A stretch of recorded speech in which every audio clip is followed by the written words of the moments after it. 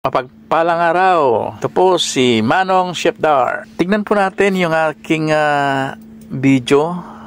May napanood po ako na pag natapon po yung ating ketchup sa lamesa, pwede palang gamitan ng chopping board. Sa ganong pamamaraan pala, tissue and chopping board, tanggal agad yung ketchup na natapon sa lamesa. So try po natin na i-actual at panoorin po natin. Maaari po ninyong gawin sa inyong mga sariling tahanan. So try po natin ito, panoorin natin, then i-actual po natin.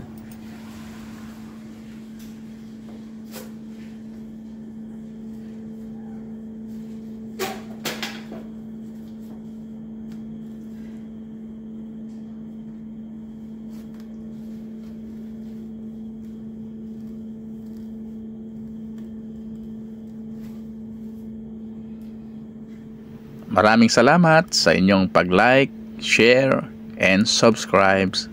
God bless.